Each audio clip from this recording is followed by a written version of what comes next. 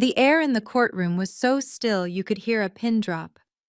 I watched the color drain from my husband Marcus's face, turning his usually rich, warm complexion into a sickly shade of gray.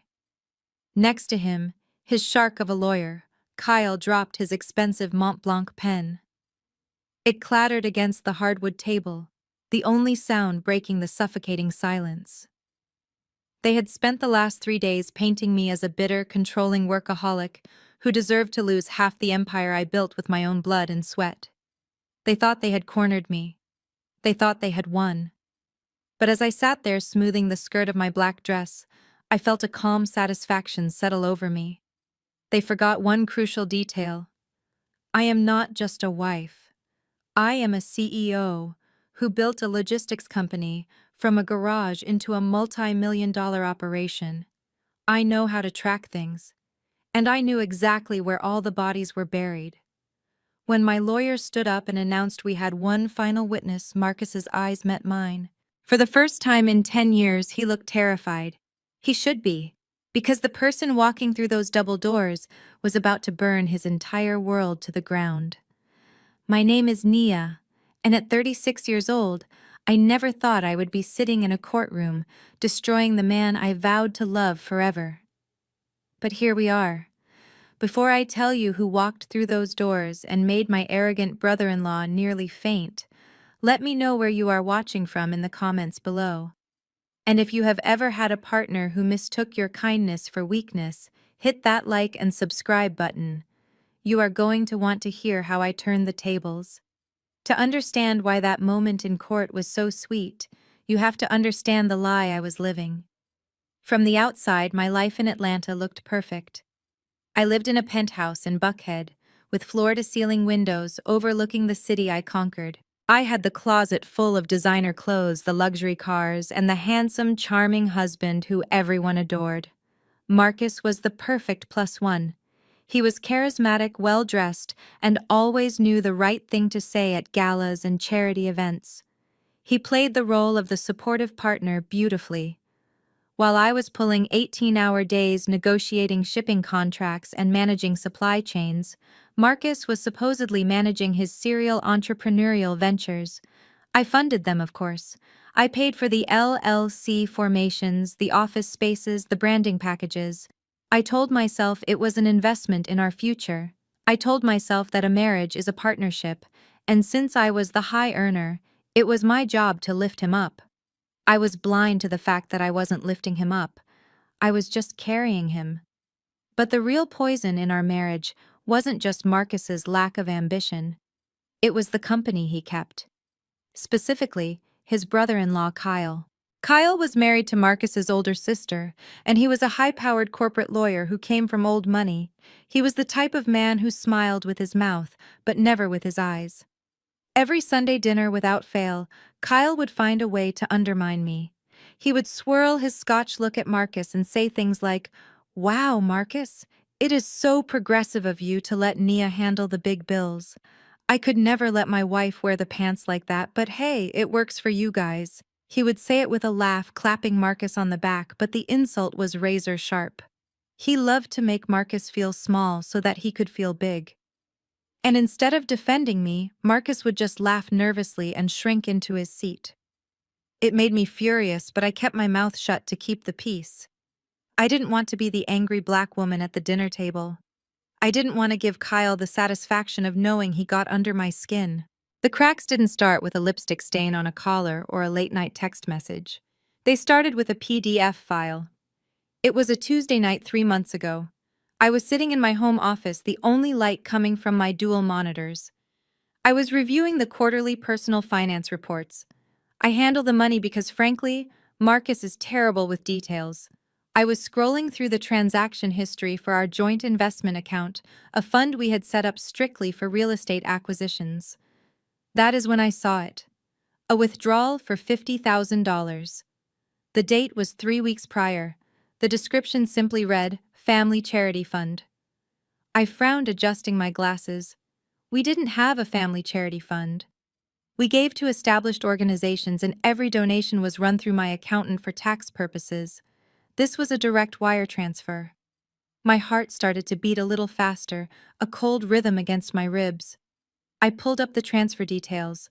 The money hadn't gone to a 501c3 nonprofit.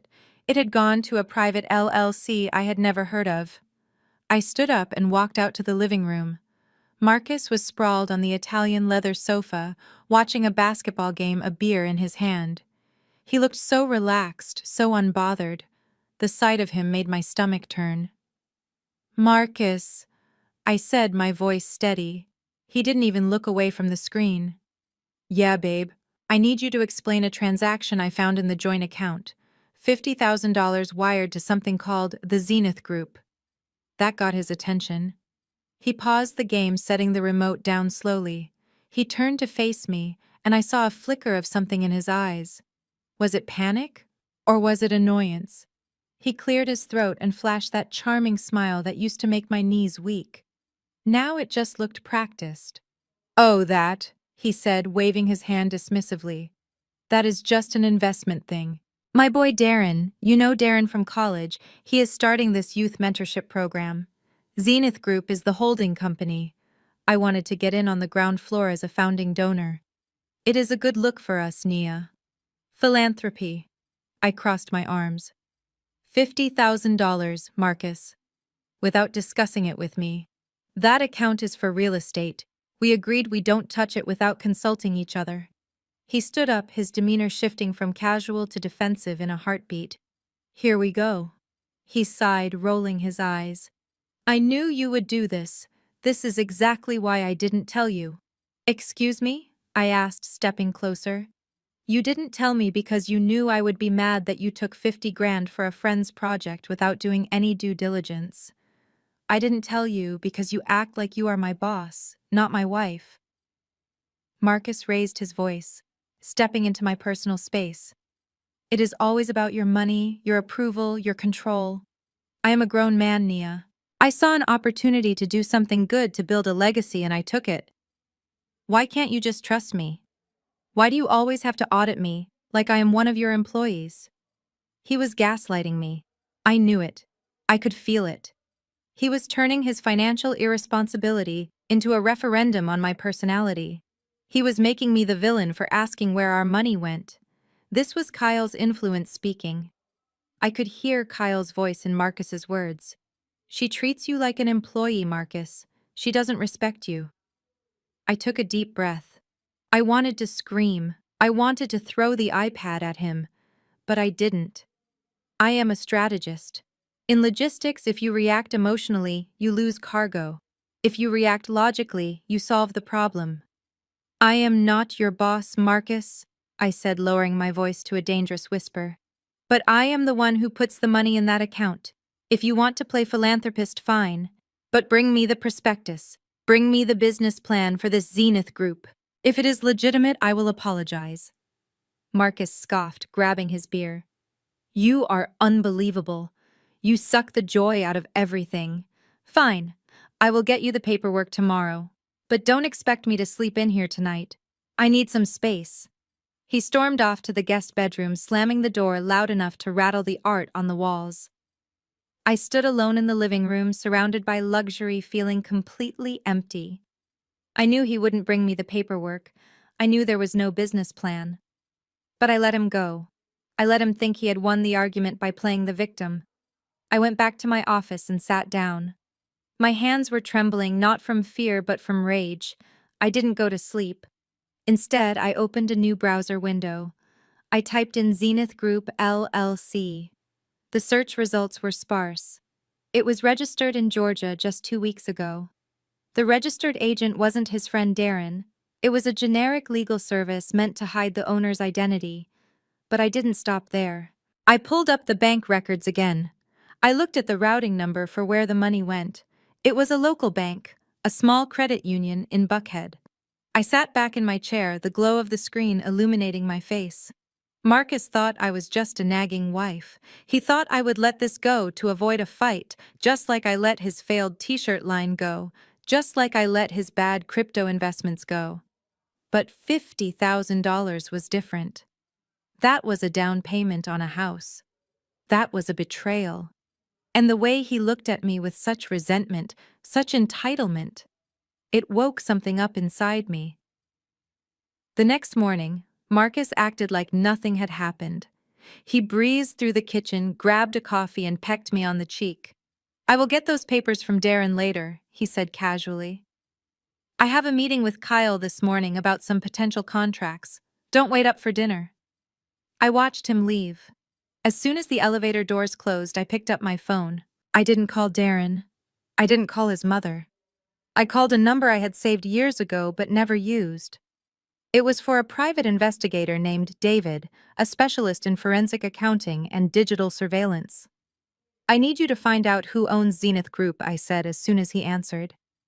"And David, I need to know where my husband really goes when he says he is meeting his brother-in-law."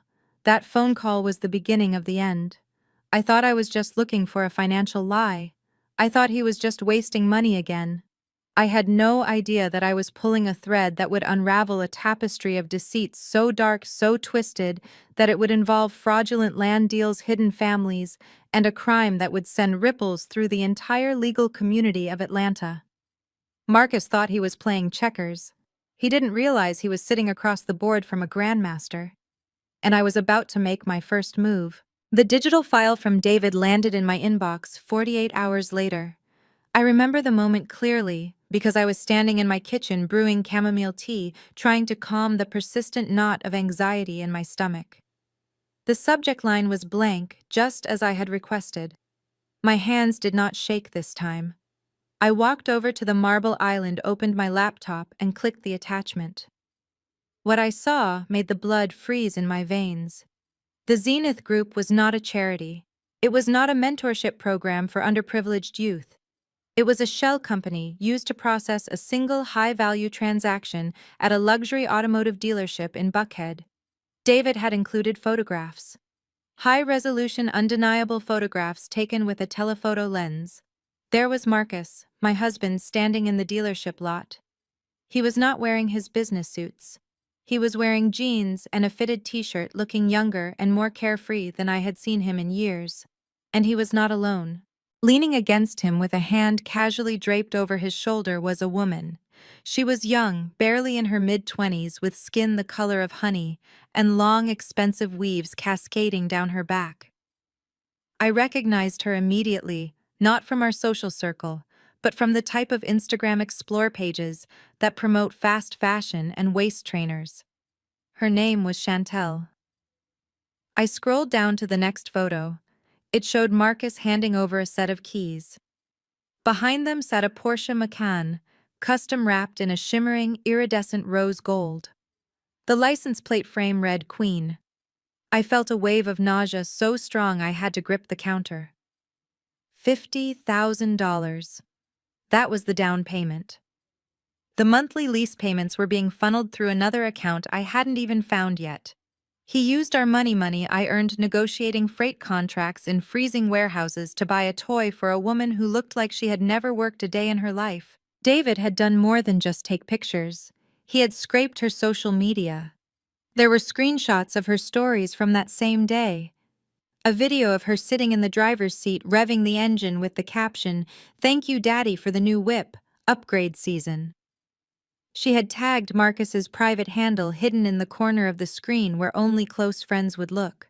I stared at the word Daddy until it blurred. This wasn't just an affair. This was a complete alternate life. He wasn't just sleeping with her.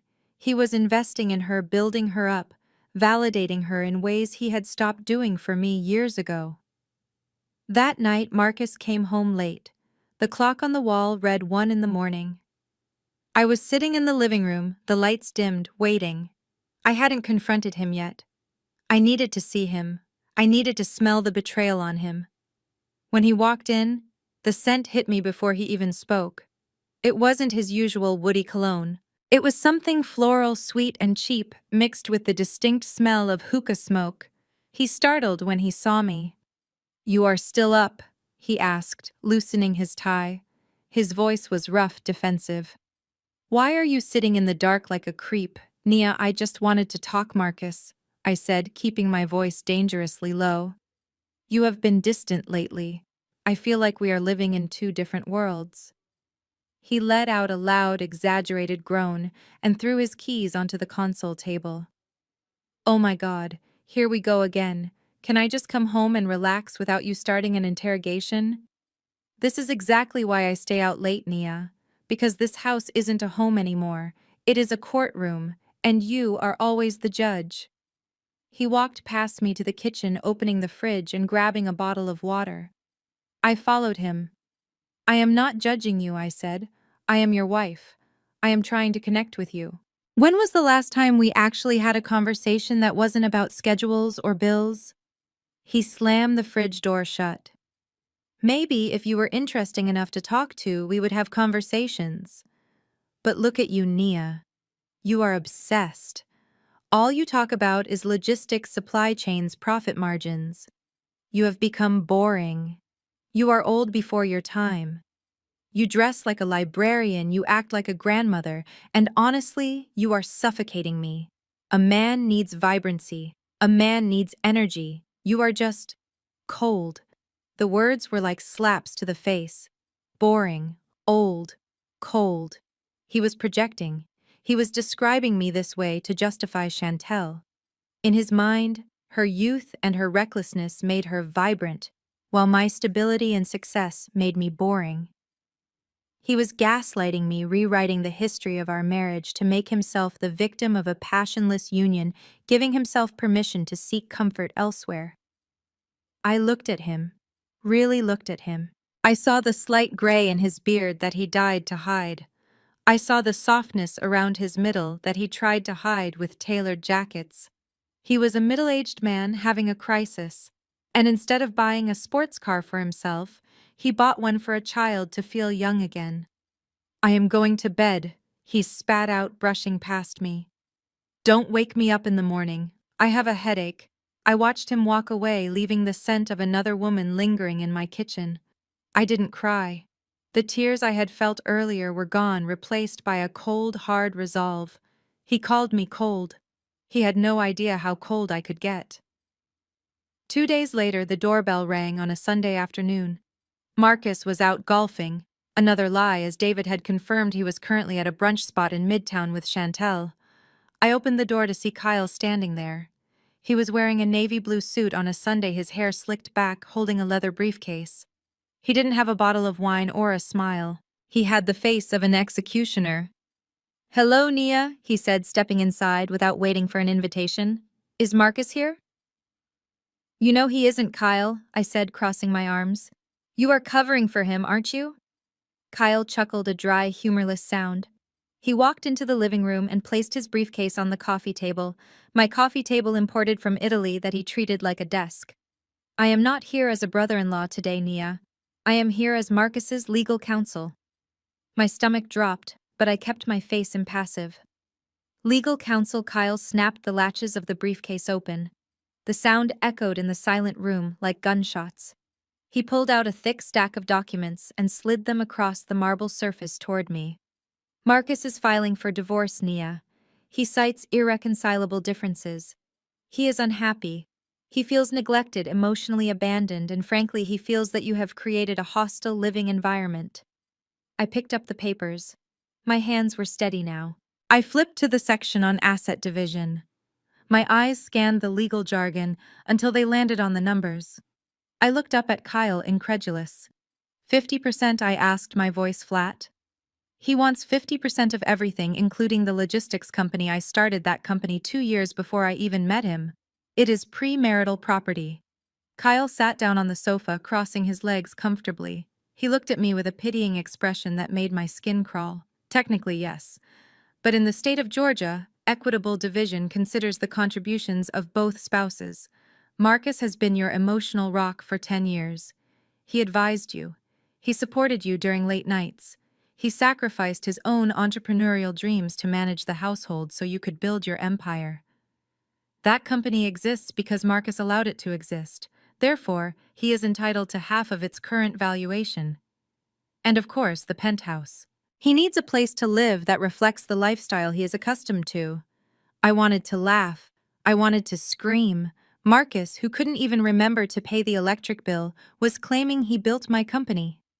Marcus, who spent his days playing video games and his nights with a 24-year-old, was the reason for my success. And there is one more thing, Kyle added, leaning forward, his voice dropping to a conspiratorial whisper. We would prefer to settle this quietly. No court, no press. Just sign the agreement, transfer the assets, and we can all move on. If you fight this, Nia, it will get ugly. We will have to discuss your instability, your neglect. It would be bad for the company's upcoming IPO if rumors started circulating that the CEO is abusive to her husband. It was a threat, a clear, naked threat. They were banking on my fear of public scandal. They thought I would write a check to make them go away. Kyle looked at me expecting to see fear, expecting to see the broken wife. I closed the folder slowly. I looked Kyle dead in the eye. Get out of my house, Kyle. He stood up, buttoning his jacket, smiling that shark smile. Think about it, Nia. Don't let your pride cost you everything. Marcus just wants his fair share. After the door closed behind him, I didn't collapse. I walked to my office and picked up the phone. I dialed Olivia, the most ruthless divorce attorney in Atlanta. I am done playing nice, I told her when she answered. I want you to destroy them. And Olivia, I have a lead in Alabama. I think it is time I took a trip. The war had officially begun. They wanted half. They weren't going to get a single dime. But first, I had to find out what Marcus was hiding in the one place he never wanted me to go. I packed a bag. I was going to Alabama. The annual Atlanta Supply Chain Gala is the kind of event where you do not just show up, you arrive. It is the one night of the year where the city's logistics titans, investors, and politicians gather under one crystal chandeliered roof to pretend we all like each other while secretly sizing up net worths. For 5 years, Marcus had been my arm candy at this event. He would wear a tuxedo I paid for, drink the scotch I bought, and charm the investors I needed to sign. But tonight, I walked into the ballroom alone. I was wearing a custom emerald green silk gown that draped over my body like liquid money. It was a statement piece commissioned months ago from a designer in Paris. I held my head high, smiling at the cameras, shaking hands with board members, and playing the role of the unbothered, successful CEO perfectly. I refused to let the rumors of my pending divorce shadow my professional achievements. I was in the middle of a conversation with Mr. Henderson, a key investor who was crucial for my upcoming IPO, when the energy in the room shifted. It wasn't a subtle shift. It was a vacuum, as if all the oxygen had been sucked out of the ballroom. Conversations stopped. Heads turned toward the grand entrance. I turned too, a polite smile frozen on my face, expecting to see the mayor or perhaps a celebrity guest. Instead, I saw Marcus. He was striding into the room with his chest puffed out, wearing a white dinner jacket that made him look like a groom. But it wasn't Marcus that made my breath catch in my throat. It was the woman clinging to his arm. Chantel. She was beaming, waving at people she didn't know, soaking up the attention like a sunflower turning toward the light. And then my eyes traveled down to her body. My stomach dropped through the floor. Chantel was wearing my dress. Not a similar dress, not a knockoff. She was wearing the exact same custom emerald green silk gown that I was wearing. The only difference was that hers was cut aggressively lower in the chest and had a slit that went dangerously high up her thigh. I felt the blood drain from my face. I realized instantly what had happened, the charge on the supplementary credit card I had missed. The gift Marcus had picked up from the designer's courier last week, claiming he was doing me a favor. He hadn't just intercepted my dress, he had ordered a duplicate for his mistress. It was a calculated visual assault. He was telling the entire room that she was the new version of me, younger, bolder, and completely under his control. The whispers started immediately. I could hear them buzzing like angry hornets. Did you see that? Is that his new girl? Why are they matching? Oh, this is messy. I stood there feeling naked, despite the expensive silk against my skin. Mr. Henderson cleared his throat awkwardly, looking anywhere but at me. Nia, he said, his voice tight. Perhaps we should discuss the quarterly projections another time. Before I could answer, Marcus and Chantel were making a beeline for us. They weren't hiding in the corner. They were parading through the center of the room, and trailing behind them like a shark smelling blood in the water was Kyle. Kyle spotted me and smiled. It was that same condescending, tight-lipped smile he always wore. He walked past Marcus and Chantel, positioning himself directly between me and my investor. "Good evening, Nia," Kyle said, his voice booming enough to carry over the jazz band. "Always working, I see. Even on a night meant for celebration." I tightened my grip on my champagne flute until my knuckles turned white. "Kyle," I said, keeping my voice level, "this is a business function. If you are here to discuss the divorce, call my attorney on Monday." Kyle laughed, shaking his head as if I were a confused child. He turned to Mr. Henderson, extending a hand. "You must be Henderson. I am Kyle Vance, Marcus's legal counsel, and his brother-in-law. I apologize if Nia here is boring you with spreadsheets. That is her problem, you see. She doesn't know when to turn off the machine and be a human being." Mr. Henderson looked uncomfortable, but he shook Kyle's hand. I tried to interject to steer the conversation back to safety, but Kyle bulldozed right over me. "You know, Henderson," Kyle continued, putting a hand in his pocket and rocking back on his heels, "we are actually here tonight to celebrate Marcus's new chapter. It is a tragedy, really. Nia is a brilliant operator, truly, a logistical genius. But she forgot that a marriage isn't a business transaction. She forgot that a man like Marcus needs softness. He needs a wife, not a boss." The circle around us had grown. People were openly staring now. I felt heat rising up my neck. Kyle was dismantling my reputation in real time, painting me as the frigid, emasculating career woman, a stereotype that Black women in corporate America fight against every single day. "Kyle, stop," I warned, my voice dropping an octave. But he didn't stop. He stepped closer, invading my personal space. "You should just sign the papers, Nia. Give Marcus his 50%. Let him go. Stop hoarding the wealth that he helped you build. Look at him over there. He looks happy for the first time in years. Don't be the bitter ex-wife who tries to starve him out just because he found someone who actually knows how to treat a man." I looked over Kyle's shoulder. Marcus was laughing loudly at something Chantel whispered, his hand resting possessively on her lower back. He looked at me, caught my eye, and winked. A cruel, arrogant wink. The room felt like it was spinning. I could feel the pity in Mr. Henderson's eyes. I could feel the judgment of the Atlanta elite. In their eyes, I wasn't the victim of fraud and adultery. I was the failure who couldn't keep her man happy. I was the ATM that had been discarded. "Excuse me," I said, my voice barely a whisper. I turned on my heel and walked away. I didn't run. I forced my legs to move at a measured pace, keeping my back straight even though every instinct in my body was screaming at me to flee. I could hear Kyle's laughter following me, a sound that grated against my soul. I pushed open the heavy doors of the ladies' restroom and locked myself in the handicap stall. I leaned against the door, breathing heavily, trying to stop the room from tilting. I wanted to cry. I wanted to rip this dress off my body and burn it. The humiliation was a physical weight pressing down on my chest. I had worked for 10 years to build my name, and in 10 minutes, 2 mediocre men had turned me into a punchline. I closed my eyes and saw Marcus's wink again. I saw Chantel parading in my dress. I heard Kyle telling me I needed to be softer. Soft. That was their word. They wanted me soft so they could crush me. They wanted me pliable so they could mold me into a victim. I opened my eyes.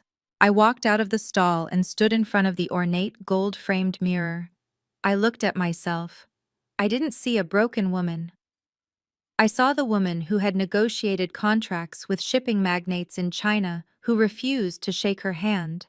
I saw the woman who had fired incompetent managers twice her age. I saw the woman who built a logistics empire from a laptop in a garage. I turned on the faucet. The water was ice cold. I splashed it onto my face, washing away the heat of embarrassment. I didn't dry my face with a towel. I let the water droplets sit on my skin, cooling me down, hardening me. I looked into my own eyes in the mirror. The pupil was dilated, sharp-focused. The sadness was gone. It had been incinerated by a white-hot rage that felt surprisingly calm. They wanted to fight fine. They wanted to play dirty. They had no idea. They were playing checkers in the park. I was about to introduce them to three-dimensional chess.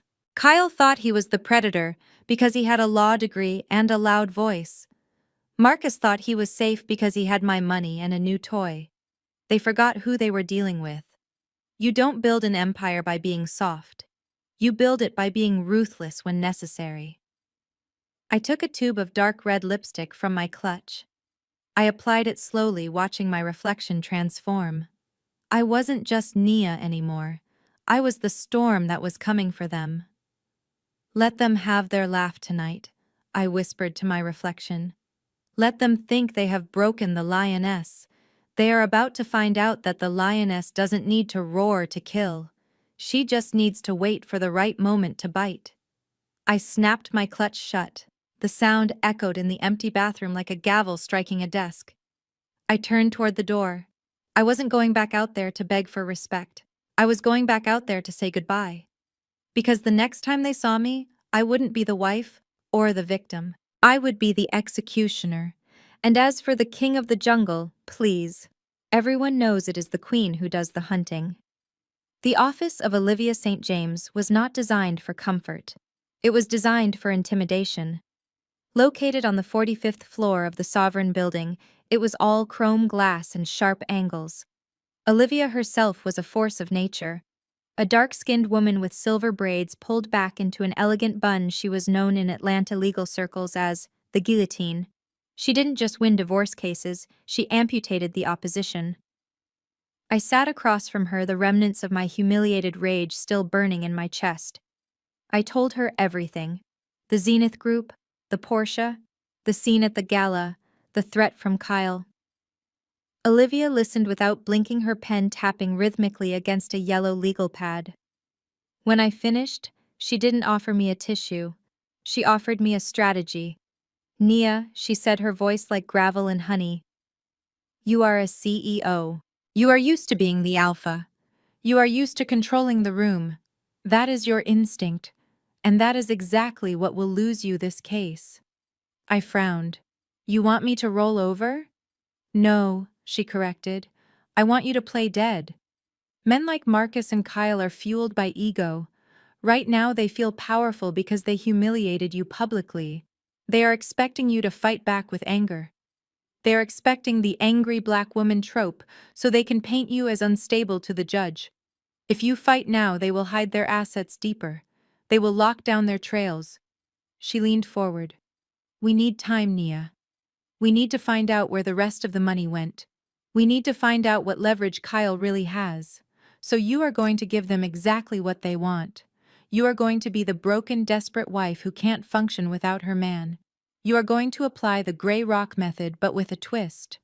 You will be so pathetic, so compliant that they will get sloppy. Arrogance is their weakness. Let them drown in it. I understood immediately. It was a reverse hostile takeover. You lower the stock price to buy it back cheaper later. I wiped the last trace of gala makeup from my face. I understand. When do I start? Olivia checked her diamond-encrusted watch. Right now. Go home and give the performance of your life. I drove back to the penthouse with a knot of anxiety in my stomach, not because I was afraid, but because I had to swallow my pride. When I walked in, Marcus was in the living room packing boxes. He wasn't moving out. He was just making a show of it, aggressively taping shut cardboard boxes labeled Marcus's office. He wanted me to see him leaving. He wanted to punish me. I dropped my keys on the table and let my shoulders slump. I forced tears into my eyes, thinking about the betrayal, the Porsche, the years wasted, and let a sob escape my throat. Marcus the first choked out, "Please, don't do this." He stopped taping his back to me. He turned around slowly, a look of surprised satisfaction on his face. He expected me to come home screaming. Instead, I was pleading. I can't do this without you. I continued walking toward him, hands trembling. You were right. I have been cold. I have been working too hard. I forgot how to be a wife. Please, Marcus. Don't leave. I will sign whatever you want. Just don't leave me alone in this big house. Marcus's chest puffed out. The predator in him smelled blood. He crossed his arms, leaning back against the stack of boxes. You embarrassed me tonight, Naya, he said, his voice dripping with fake hurt. You made me look like a fool in front of my friends. I know, I sobbed, grabbing his arm. I am so sorry. I was just stressed about the IPO. I will fix it. I will talk to Kyle. I will agree to the 50%. Just give me a few weeks to liquidate some assets. I can't write a check that big immediately without alerting the board. Just give me time. He looked down at me, the ghost of a smirk playing on his lips. He believed it. Of course he believed it. His ego demanded that he believe he was indispensable. I don't know, Nia, he said, pretending to hesitate. I have been hurt pretty bad. Please, I whispered. He sighed, patting my head condescendingly. All right. I will tell Kyle to hold off on filing the papers for a few weeks. But things have to change around here. You need to learn your place. I nodded, burying my face in his chest to hide the look of pure disgust in my eyes. Thank you, I muffled against his shirt. Later that night, I lay awake in bed, feigning sleep. Marcus was in the hallway talking on the phone. His voice was low, but in the silence of the penthouse I heard every word. Yeah, bro, she cracked. Marcus laughed. I told you. She came home crying like a baby, begging me to stay. Yeah, she agreed to the 50%. She just needs time to move the money. There was a pause as he listened to the person on the other end, Kyle. Then Marcus laughed again. You were right, Kyle. You always said it. No matter how strong they act, these career women need a man to tell them what to do. She is lost without me. I clenched my fists under the duvet. These career women. The misogyny was palpable, but it was the confirmation I needed. They were stalling. They weren't filing yet. They thought they had won. They were relaxed. The next morning, Marcus left early to meet with Investors Code for meeting Chantel. He left the house in a chaotic state, half-packed boxes everywhere. I seized the opportunity. I wasn't just cleaning, I was hunting. I went into his home office, a room I rarely entered. It was a mess of gaming magazines, empty snack wrappers, and old receipts. I started sifting through the trash can, the desk drawers, the pockets of his old jackets hanging on the chair. I was looking for anything Olivia could use. A bank statement, a credit card receipt, a note. For an hour, I found nothing but evidence of his laziness. But then, as I was clearing out the bottom drawer of his mahogany desk, the one that always stuck, I felt something jammed in the back of the track. I pulled the drawer out completely, setting it on the floor. Reaching into the dark cavity of the desk frame, my fingers brushed against paper. I pulled it out. It was an envelope, old, wrinkled, and stained with what looked like coffee rings. It had been crumpled up into a tight ball and then shoved into the back of the desk, likely years ago, and forgotten. I smoothed it out on the floor. The postmark was from 3 years ago. The return address was handwritten in shaky cursive script, Hattie Mae Jenkins, Tuscaloosa, Alabama. I didn't know a Hattie Mae Jenkins. Marcus had told me his family was small, just his mother and his sister. He said his extended family was estranged or dead. I opened the letter. The handwriting inside was difficult to read, written by a hand that likely suffered from arthritis. Dear Marcus, I don't understand. The man from the bank came by today. He said I have to leave. He said the house isn't mine anymore. He showed me a paper with my X mark on it, but you know I can't read those big words. You told me that paper was for the health insurance. You told me it was to help me get new glasses. Why did you do this to me, nephew? I raised your daddy when nobody else would. That land has been in our family since 1890. Where am I supposed to go? Please call me. Please tell them it is a mistake. Aunt Hattie. My breath hitched. I read the letter again. You told me that paper was for the health insurance. This wasn't just a family dispute. This was fraud. Predatory fraud against an elderly relative. Marcus had tricked his own aunt into signing away her land that had been in their family since the 19th century. I looked at the date again. 3 years ago. That was right around the time Marcus had suddenly come up with the seed money to invest in my company's expansion. He had told me he won a settlement from a minor car accident. He had lied. He had stolen an old woman's home to buy his way into my business. And if Marcus did this, he didn't do it alone. He wasn't smart enough to draft a deed transfer that could fool a bank. He needed someone who knew property law, someone who knew how to exploit loopholes. Kyle. I sat back on my heels, the letter trembling in my hand. This was it. This was the loose thread.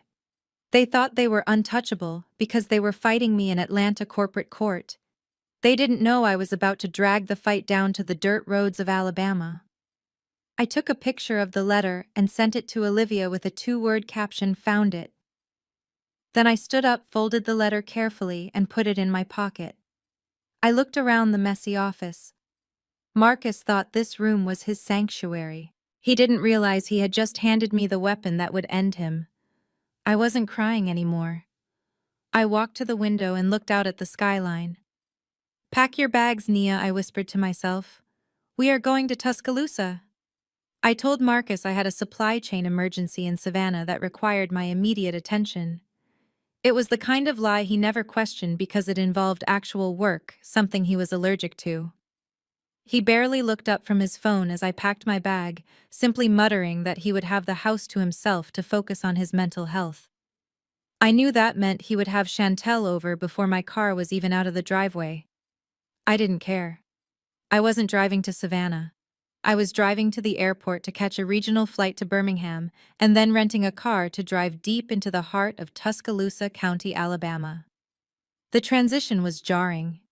In Atlanta, my world was steel glass and air-conditioned leather. Here the world was red clay, dust, oppressive humidity, and pine trees that seemed to close in on the road like prison bars.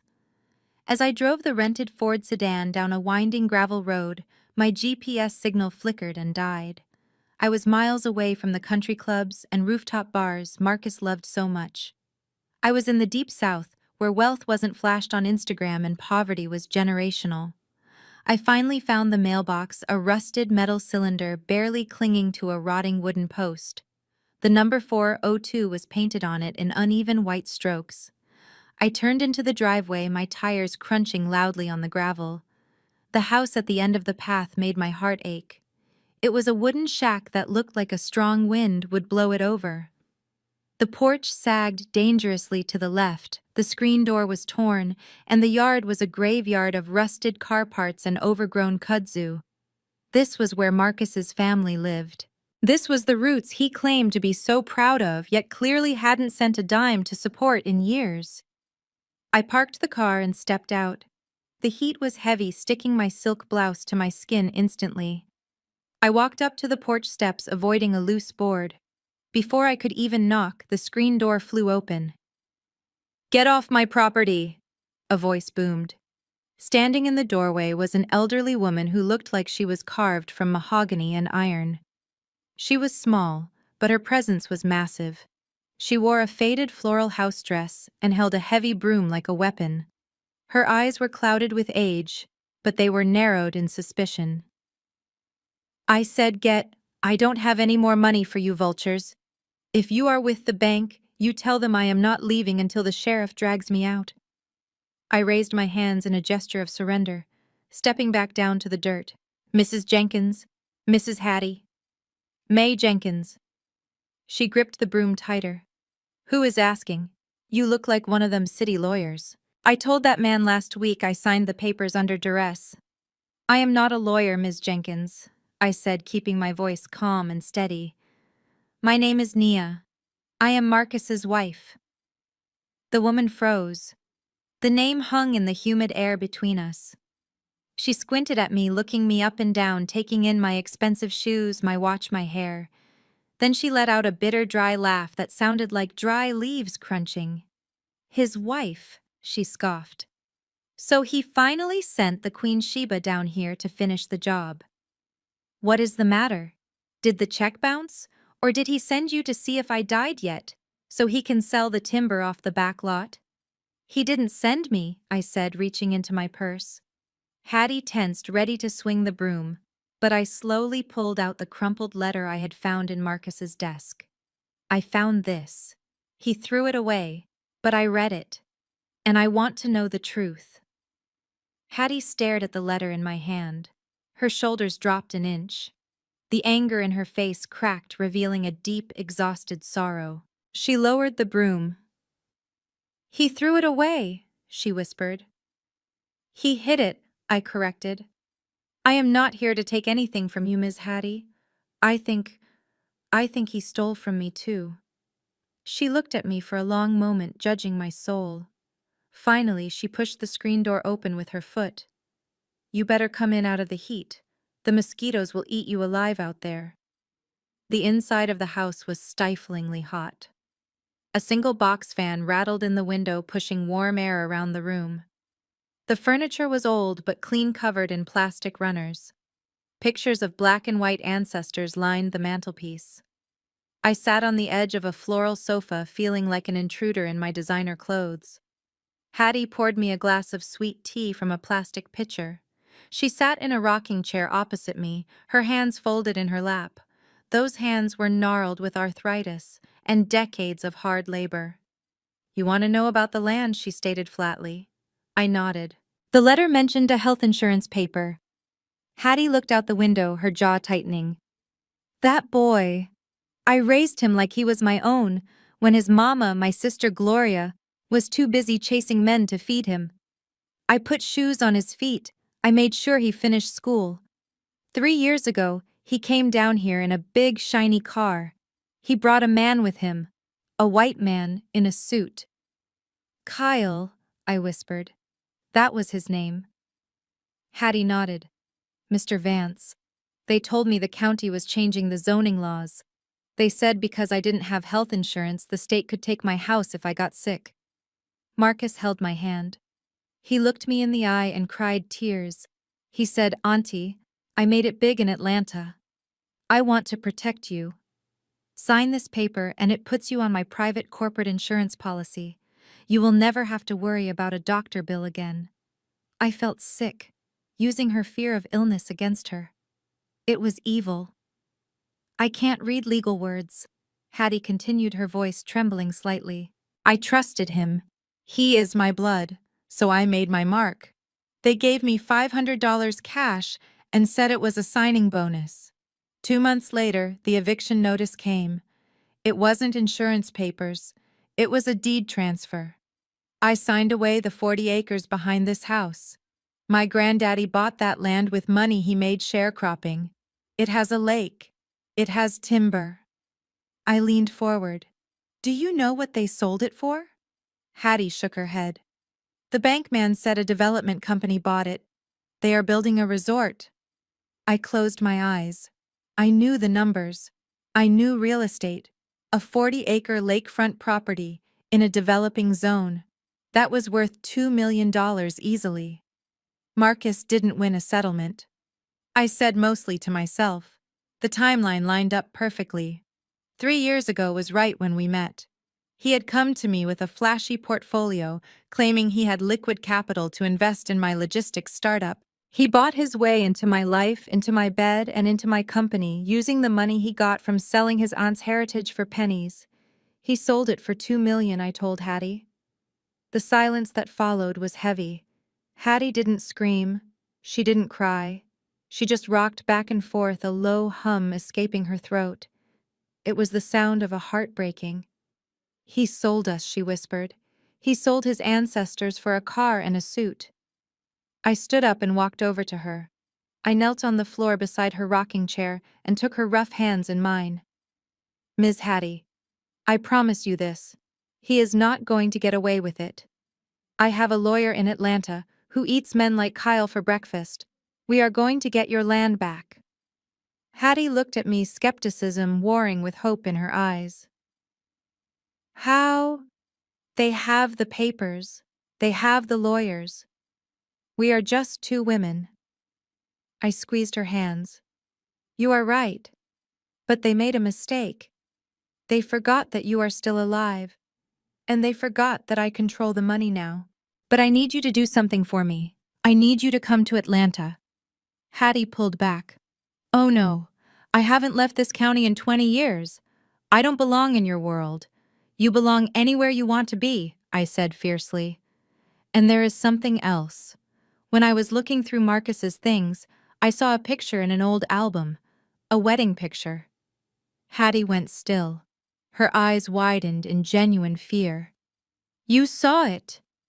Yes. Who is she, Hattie?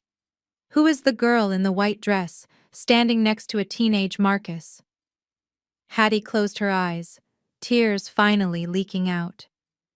That is Tiana, she whispered. My daughter. Marcus's cousin. And where is Tiana now? I asked gently.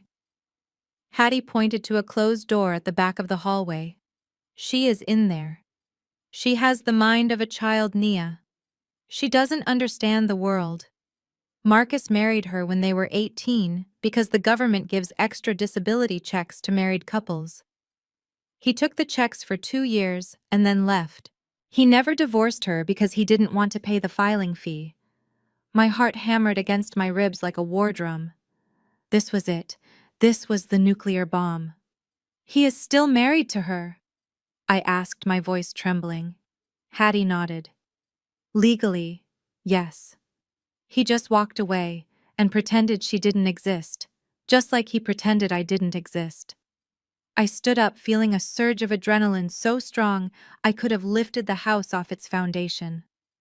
Marcus wasn't just a fraud, he was a bigamist. Our marriage, the 10 years of my life, the business partnership, it was all void. It never happened in the eyes of the law. He had no claim to my company. He had no claim to my penthouse. He had nothing. Ms. Hattie, I said, pulling out my phone to call Olivia. Pack a bag. We are not just getting your land back.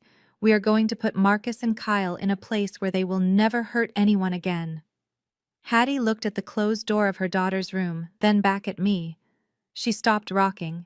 She gripped the arms of the chair and pushed herself up to a standing position. She looked at the broom, then she looked at me. Give me 5 minutes, she said. I need to put on my Sunday hat. If I'm going to court, I am going to look like a lady when I send him to hell. I sat on the edge of the worn floral sofa, my heart pounding a rhythm against my ribs that had nothing to do with the stifling Alabama heat. Hattie shuffled across the room to a leaning wooden bookshelf. Her hands, trembling slightly from age and emotion, pulled down a thick, dust-covered photo album. The leather cover was peeling, revealing the cardboard underneath, a testament to years of neglect. She blew the dust off the cover, a cloud of gray particles dancing in the shaft of sunlight cutting through the room, and sat down heavily beside me. You need to see this, Hattie whispered. Her voice sounded fragile, like dry leaves skittering on pavement. You need to understand exactly what kind of man you are dealing with. It started long before he stole my land. It started with Tiana. She opened the album. The plastic covering the pages was yellowed and brittle. She turned the pages past black and white photos of unsmiling ancestors until she landed on a color Polaroid from the early 2000s. It was a wedding photo. But it was not a wedding photo that spoke of love or celebration. It looked like a crime scene. There, standing in front of a generic justice of the peace backdrop, was Marcus. He looked barely 18, skinny, wearing a suit that was 2 sizes too big for him. His eyes even then held that same shark-like emptiness I had seen at the gala. Next to him stood a girl who looked terrified. She was wearing a simple white sundress, clutching a bouquet of wilted daisies. Her eyes were wide and unfocused, looking off-camera, as if she didn't quite understand where she was or what was happening. Who is she? I asked, tracing the image of the young girl. That is Tiana. Hattie said, her finger shaking as she pointed to the girl's face. My daughter, Marcus's cousin, second cousin to be exact. I looked closer at Tiana. There was something about her expression, a childlike innocence that didn't match her age. She was born different, Hattie explained, seeing my confusion. Her mind never grew past the age of 10. She was sweet, gentle. She trusted everyone, especially Marcus. He used to come around and bring her candy. I thought he was being a good cousin. I thought he cared about family. Hattie paused, taking a ragged breath. The air in the room felt suddenly colder despite the heat. When Marcus turned 18, he came to me with a plan. He said the government had a program to help people like Tiana. He said if she was married, she would get higher disability benefits. He said he would marry her on paper just to help us pay the bills, and he would take care of her. I was struggling, Nia. The roof was leaking. The medical bills were piling up. I was desperate, so I agreed. I felt a wave of nausea roll over me. Marcus hadn't just married her. He had married a woman who couldn't possibly consent, a woman with the mental capacity of a child solely to access her disability checks. He took the money. Hattie continued, a tear tracing a path through the deep lines of her face. Every single month for 2 years. He took the check that was meant for her medicine and her food. He bought clothes. He bought a car. And then one day, he just packed his bags and left. He left us with nothing. Tiana cried for him for months. She didn't understand why her husband never came back. I gripped the edge of the album. This was depravity on a level I hadn't imagined. But my CEO brain, the part of me that analyzed contracts and found loopholes, suddenly snapped into high alert. A specific detail Hattie mentioned locked into place. "Hattie," I said, my voice sharp and urgent. "You said he just left. Did they ever go to court? Did they ever sign divorce papers?" Hattie shook her head slowly. "Number. He just drove off. We never heard from him again until he came back for the land." Tiana? She got sick a few years later. She wandered off one night looking for him. The state took her. She is in a facility now, 3 counties over. I visit her when I can afford the gas. But papers, no. There were never any papers. The room went silent. The only sound was the buzzing of a fly against the screen door. My mind was racing, calculating, connecting the dots. If Marcus never divorced Tiana, then legally he was still married to her. And if he was still married to her when he married me 10 years ago, our marriage wasn't just troubled. It wasn't just ending. It was void. It was bigamy. A cold, triumphant smile spread across my face. It was the first time I had smiled genuinely in weeks. In the state of Georgia, and indeed in the entire United States, you cannot be married to 2 people at once. If his first marriage was never dissolved, his marriage to me was legally non-existent. He wasn't my husband. He was a fraud. And that meant he had absolutely no claim to my assets. No 50%, no penthouse, no alimony, nothing. "He doesn't get half," I whispered to myself. "He goes to jail." I looked at Hattie. "We need that marriage certificate, Hattie. Do you have it?" She nodded and pointed to a rusty metal box under the coffee table. "I keep all the important papers in there." I pulled the box out and rummaged through birth certificates and old deeds until I found it. The certificate of marriage, Marcus Anthony Brooks and Tiana Marie Jenkins, dated 20 years ago. No stamp of annulment, no divorce decree attached. It was the smoking gun. I held the paper up my hand, shaking with adrenaline. "This is it, Hattie. This is the silver bullet. But we can't stay here." "Why?" Hattie asked, looking alarmed by my sudden intensity. "Because Kyle isn't just a lawyer," I said, standing up and grabbing my purse. "He is a fixer. If he knows I am digging into the land deal, he has people watching this area. He might even be in town to finalize the resort deal. If they find out I have this, or if they find out you are talking to me, they will stop at nothing to bury this." As if on cue, the sound of a heavy engine growled from the road. I moved to the window, peering through the dusty blinds. A black SUV with tinted windows was crawling slowly down the gravel road, kicking up dust. It wasn't a local car. It was clean, shiny, and menacing. It slowed down as it approached Hattie's mailbox. "Hattie, get your shoes," I commanded, my voice dropping to a whisper. "We have to go. Now." "But my things." Hattie started to protest. "We will buy you new things," I said, grabbing her arm gently but firmly. "Grab your purse and that metal box. Do not leave the box." Hattie saw the look in my eyes and moved with surprising speed. She grabbed her purse and the rusty box. I took her arm and led her out the back door, avoiding the front porch where the SUV would spot us. We hurried through the overgrown kudzu in the backyard, the thorns tearing at my silk trousers, but I didn't care. My rental car was parked on the side of the house, partially hidden by an old oak tree, but it wouldn't be hidden for long. We scrambled into the car. I threw the metal box into the back seat and jammed the key into the ignition. The engine roared to life. I didn't wait. I threw the car into reverse, spinning the tires in the red dirt, and shot out of the driveway just as the black SUV turned in.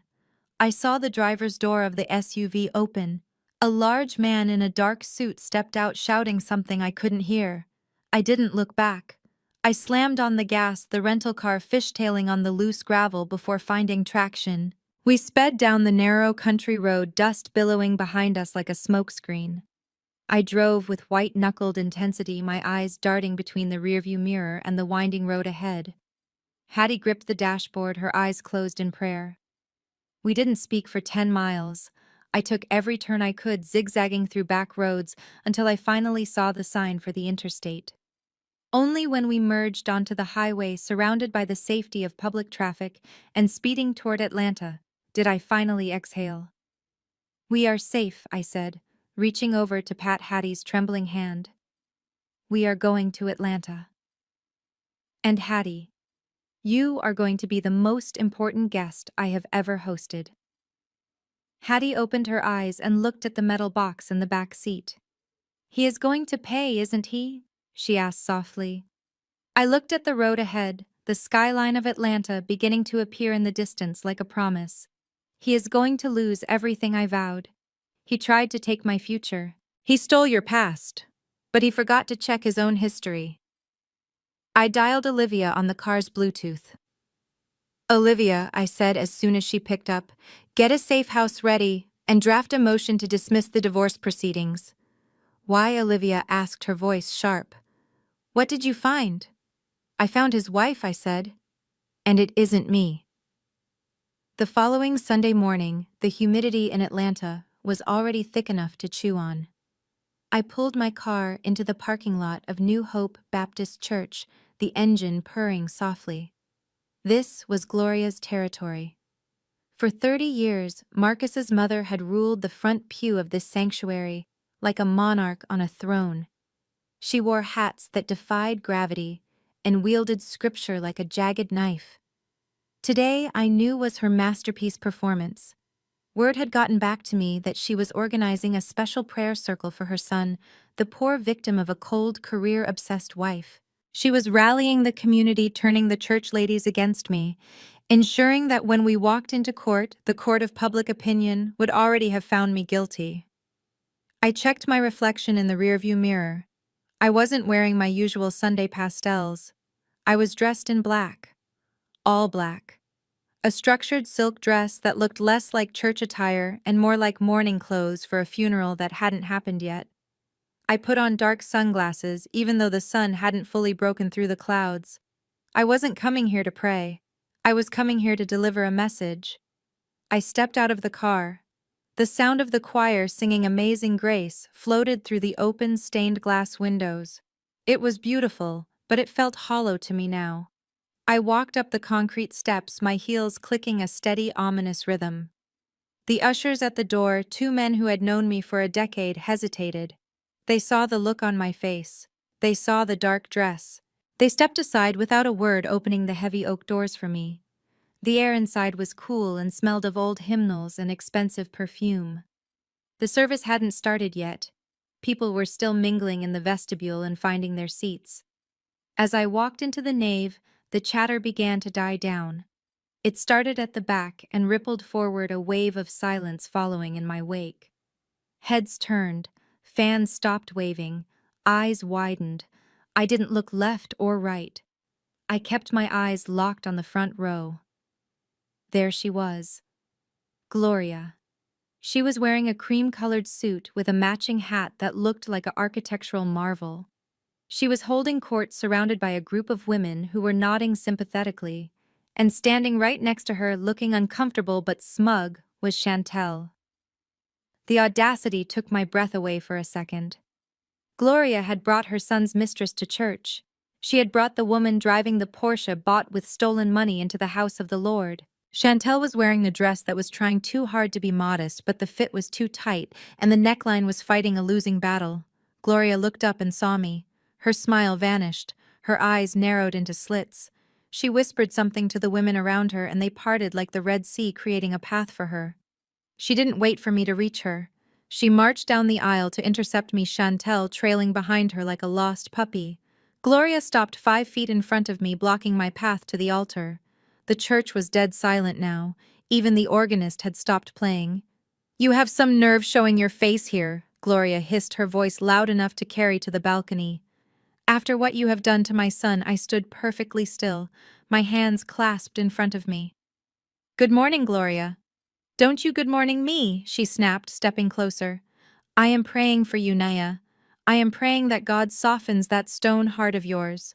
Marcus is a good man. He gave you the best years of his life, and you treat him like an employee you can just fire. You drove him to this." She gestured dramatically to Chantel, who smirked and crossed her arms. "He had to find comfort elsewhere because his own home was a refrigerator," Gloria preached, playing to the audience. "And now you want to drag him through court? You want to shame us. You are not welcome here, Nia. This is a place of peace." Murmurs of agreement rippled through the pews. Gloria looked triumphant. She thought she had won. She thought she had shamed the devil out of the building. I slowly took off my sunglasses. I looked Gloria dead in the eye. I didn't raise my voice. I didn't frown. I stepped into her personal space, close enough to smell the lavender powder she wore to mask the scent of her decay. "I am not here to fight, Gloria." I said, my voice smooth and low. "I am just here to pay my respects before the trial. I took a little trip this week. I thought you should know." Gloria rolled her eyes. "I don't care where you went, Nia." "I went to Alabama," I whispered. The color drained from Gloria's face instantly. It was as if someone had pulled a plug in her heels. Her mouth opened slightly, but no sound came out. The arrogance evaporated, replaced by a flash of pure, unadulterated terror. "I went to Tuscaloosa." I continued, leaning in so close that only she and Chantel could hear. "I visited the old homestead. It is in bad shape, Gloria, but the view of the lake is still beautiful, or at least it was before Marcus sold it." Gloria gripped the back of the pew next to her. Her knuckles turned white. She looked around frantically, as if expecting the police to jump out from behind the choir stand. "And I met someone very special," I said, driving the final nail into the coffin. "I met Hattie. She is doing well. She has her Sunday hat ready. She sends her love. Oh, and she told me all about Tiana." Gloria made a sound that was half gasp, half whimper. Her knees buckled and she slumped heavily against the pew. Chantel looked confused, her smirk faltering as she tried to steady the older woman. "Ms. Gloria," Chantel asked, "what is wrong?" I stepped back, putting my sunglasses back on. The congregation was watching, confused. They saw a strong mother suddenly reduced to a trembling mess, and they didn't know why.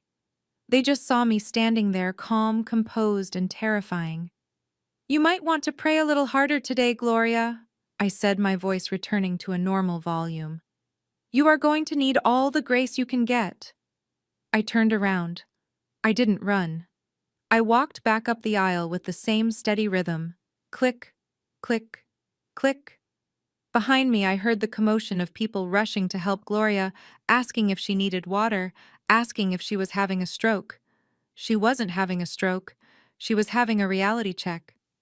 As I pushed open the heavy oak doors and stepped back out into the humid Atlanta air, I took a deep breath. The sunlight felt different now. It didn't burn. It felt like a spotlight. I had rattled the cage. Now I just had to wait for the rats to run. The trial was tomorrow, and I was ready. The mediation conference room was sterile, smelling of lemon polish and stale coffee. I sat on one side of the mahogany table with Olivia. On the other side sat Marcus looking bored and checking his watch, and Kyle, who looked like a cat that had just swallowed a canary. There was no mediator present yet. Kyle had asked for a private moment before the official proceedings began. I knew what that meant. He wasn't here to negotiate. He was here to threaten. Kyle leaned forward, resting his elbows on the table. He didn't look at Olivia. He looked directly at me. "We are done playing games," Nia Kyle said, his voice smooth and low. "We know the IPO is scheduled for next month. We know you have institutional investors lining up. It is a fragile time for any company. Even a whisper of impropriety could spook the herd." I kept my face blank, my hands folded in my lap. Under the table, my finger hovered over the record button on my phone. "What are you saying, Kyle?" "I am saying that rumors are nasty things," Kyle continued, a cruel smile playing on his lips. "Imagine if an anonymous source tipped off the SEC that your logistics company has been used to launder money. Imagine if there were rumors about tax evasion. It wouldn't matter if it were true or not. The investigation alone would freeze your assets. The IPO would collapse. Your stock would be worthless before it even hit the market." My heart hammered against my ribs. This was extortion, pure and simple.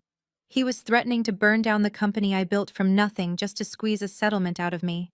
But Kyle added, leaning back and spreading his hands, "All of that can be avoided. Sign the 50-50 split today. Transfer the penthouse to Marcus. We will sign a non-disclosure agreement and your IPO goes off without a hitch. You keep your reputation. Marcus gets his due. Everyone wins." I looked at Marcus. He wouldn't meet my eyes. He was studying his fingernails, letting his brother-in-law do the dirty work. He knew exactly what was happening. He was complicit in blackmailing his own wife. I tapped the screen of my phone once. Recording saved. I looked back at Kyle. "You want an answer? Here is my answer. Do your worst." Kyle's smile faltered. He hadn't expected that. He expected panic. He expected a check. "We will see you in court," Olivia said, snapping her briefcase shut. "And Kyle, I hope your malpractice insurance is paid up." We walked out of the room, leaving them sitting in stunned silence. As soon as the elevator doors closed, Olivia looked at me and grinned. "Did you get it?" she asked. I held up my phone. Every word. Attempted extortion. "That is a felony, Olivia." Olivia nodded. "We will add it to the pile. But wait until you see what I found this morning. You are not the only one collecting evidence." We went back to her office and she opened her laptop. She pulled up a video file. It was a screen recording of an Instagram live broadcast from 2 hours ago.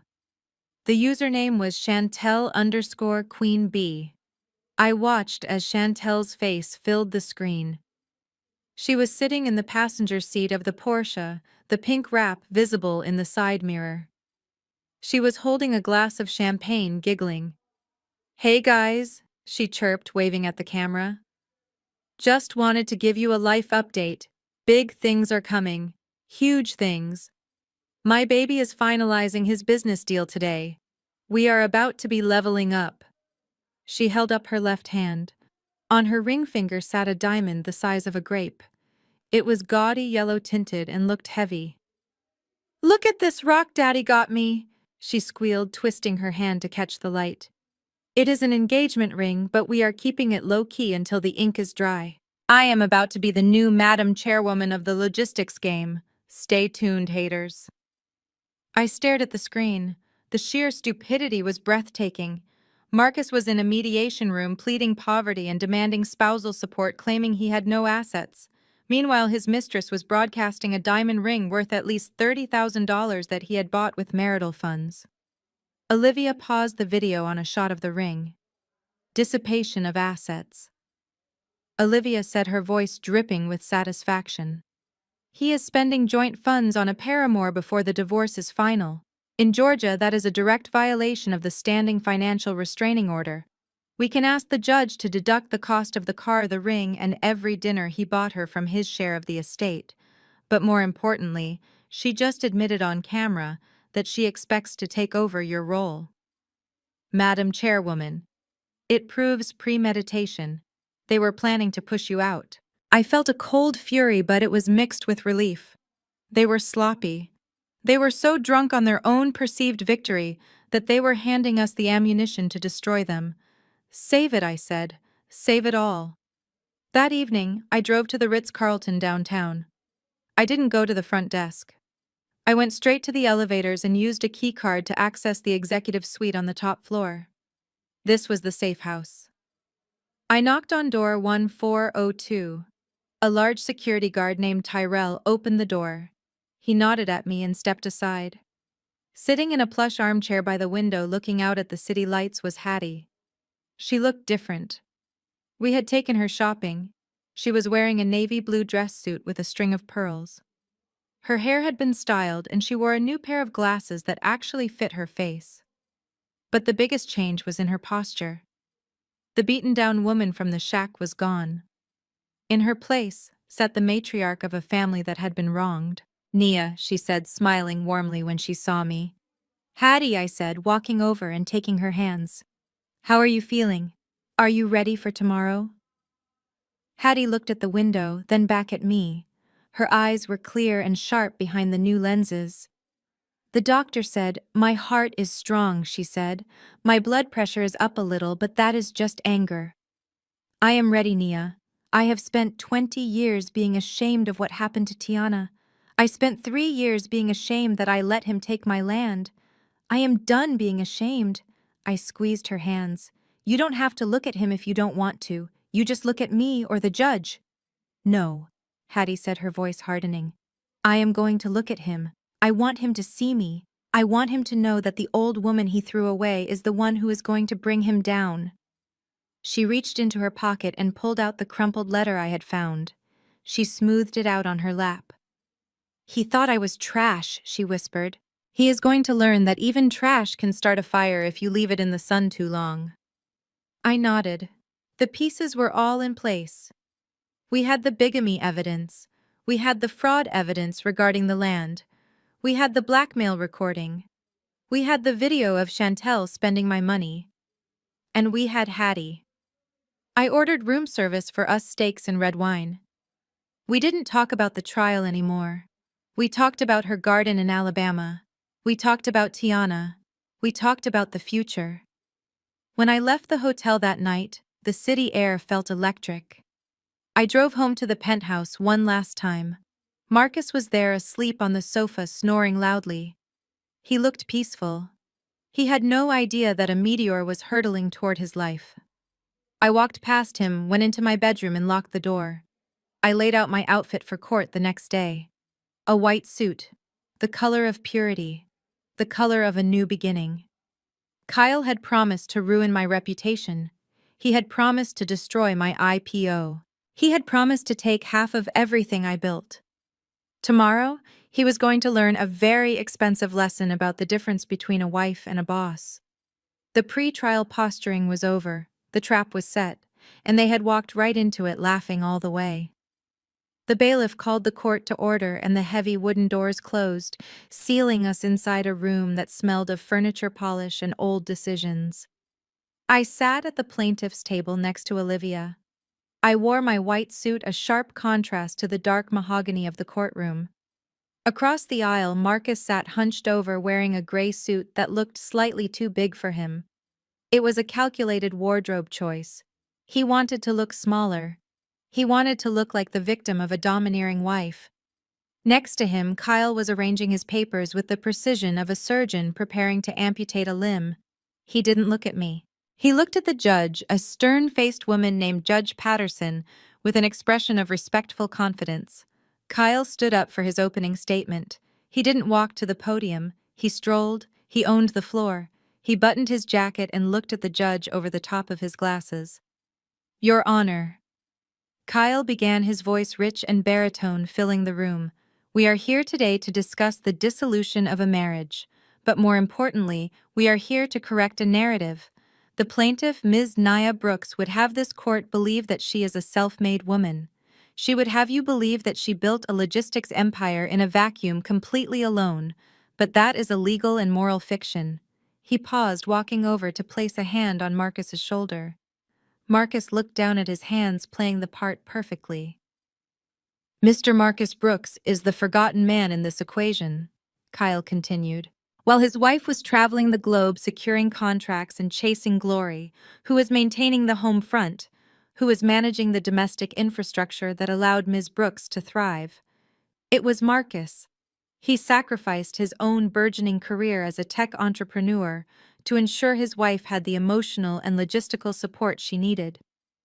We will demonstrate through the doctrine of equitable distribution and quantum meruit that Marcus Brooks is not merely a spouse, he is a silent partner, and as such, he is entitled to 50% of the assets he helped create. I listened to him rewrite history. I kept my face completely neutral. I was a statue. Inside, however, I was marveling at the audacity. Marcus couldn't even manage to take the trash out on Tuesdays, yet Kyle was painting him as the chief operations officer of my life. Kyle continued for 20 minutes using complex legal terminology to confuse the simple reality that his client was a leech. He threw around words like fiduciary duty and unjust enrichment. He painted me as cold, absent, and ruthless. He painted Marcus as warm, supportive, and discarded. When he finally sat down, he shot a look at Olivia. It was a look that said, "Beat that." Olivia didn't stand up to give an opening statement. She simply said, "The defense reserves its opening statement, Your Honor." Kyle frowned. He had expected a fight. He had expected us to argue back immediately. Our silence unsettled him. The first witness called to the stand was Marcus. He walked up the few steps to the witness box, looking for all the world like a man walking to the gallows. He took the oath, his voice trembling slightly. Kyle approached him gently. "Marcus, tell the court about the early days of your marriage. What was the arrangement between you and Naya regarding her business?" Marcus took a deep breath. He looked at me for a split second, then looked quickly away, as if my gaze physically hurt him. "We agreed that one of us needed to focus on the business, and the other needed to focus on the life," Marcus said softly. Nia was so passionate about logistics, I didn't want to stand in her way. So I stepped back. I gave up my seed funding for my own startup to help her make payroll in the first year. I handled the house, I handled the bills, I cooked dinner so she would have something to eat when she came home at midnight. I just wanted her to shine. He sniffed, wiping a non-existent tear from his eye. "And how did she repay that sacrifice?" Kyle asked, his voice dripping with sympathy. "She cut me out," Marcus whispered, his voice cracking. "The more successful she got, the less she needed me. She started treating me like an employee. She controlled all the money. She made me ask for permission to buy groceries. I felt less like a husband and more like a servant. I was lonely, Your Honor. I was so incredibly lonely. I wrote on my legal pad, lies about seed funding. Check bank records from 2014. My hand was steady. I didn't look angry. I didn't roll my eyes. I simply documented his perjury." Kyle spent an hour walking Marcus through a fabricated timeline of our marriage. By the end of it, half the people in the gallery looked ready to knit Marcus a comfort blanket. He had successfully portrayed himself as the martyr of my ambition. "Your witness," Kyle said, sitting down with a satisfied smirk. Olivia stood up. She didn't bring a notepad. She didn't bring a stack of files. She walked to the podium and rested her hands on the wood. She looked at Marcus. She didn't look angry. She looked curious. "Mr. Brooks," Olivia said pleasantly, "you stated that you were integral to the founding and operation of the logistics company. You claimed you were a silent partner who helped Ms. Brooks with strategy. Is that correct?"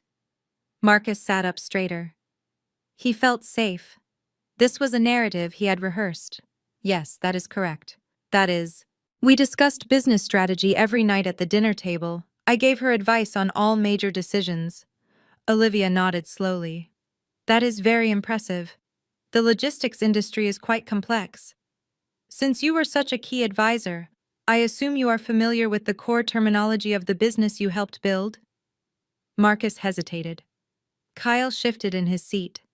"Of course," Marcus said, though his voice lacked conviction. Great, Olivia said, her smile not reaching her eyes. Then, for the benefit of the court, could you please explain to us the concept of reverse logistics and how it impacted the company's Q3 sustainability report last year?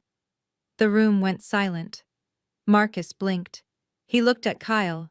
Kyle looked ready to jump over the table. Reverse logistics, Marcus repeated. Yes, Olivia pressed. It is a fundamental part of the supply chain. You said you advised on all major decisions. We pivoted to a reverse logistics model for our e-commerce clients 3 years ago. It was a massive strategic shift. Surely, as the silent partner, you can tell the judge what that means. Marcus opened his mouth. He closed it. Sweat began to bead on his forehead. It means moving things, Marcus stammered. Like sending trucks back? Is that your professional definition?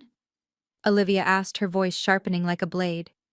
Because if you were advising the CEO, you would know that reverse logistics refers to the monitoring of the life cycle of products after they arrive at the end consumer, specifically regarding returns, refurbishment, and recycling value recovery.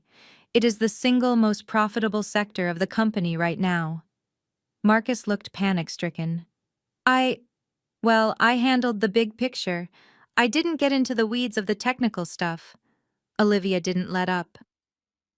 The big picture. Okay, let us talk about the big picture. What is the company's current drayage rate for the Port of Savannah? Marcus stared at her blankly. I don't know. You don't know, Olivia asked, feigning shock. But you said you sacrificed your career to build this company. You said you were the infrastructure. How can you demand 50% of a business when you cannot define the basic services it provides? Objection. Kyle stood up so fast his chair scraped loudly against the floor. Argumentative. Counsel is badgering the witness with technical trivia. Mr. Brooks stated he was a strategic support, not a warehouse manager. Sustained, the judge said, but she was looking at Marcus with a new expression. Doubt. Olivia smiled.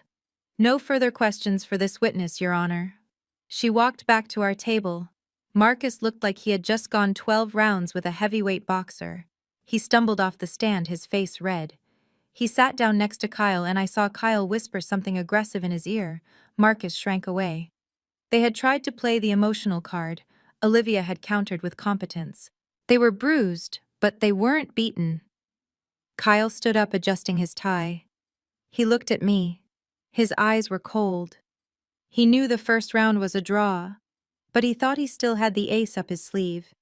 He thought he could bury me with the forensic accounting he had threatened. He had no idea that I wasn't worried about accounting. I was just waiting for the door to open. I was waiting for the ghost from Alabama to walk in. The show was just beginning. Day 2 of the trial began with a heaviness that pressed against the walls of the courtroom. The air conditioning was humming a low, mechanical drone, but it did nothing to cool the simmering tension between the two tables. I sat in my white suit, my posture rigid, my hands clasped on the table. Beside me, Olivia was arranging a stack of files with the precision of a bomb disposal technician. Across the aisle, Marcus looked refreshed. He had survived the first day. He had stumbled on the technical questions, yes, but he hadn't broken. In his mind, he was winning. Kyle was leaning back in his chair, whispering something to Marcus that made him chuckle. They looked like two frat boys at a country club, not men fighting for their lives. Judge Patterson entered, her black robes billowing around her like a storm cloud. She took her seat, adjusted her glasses, and looked down at us. Counsel, call your next witness, she ordered.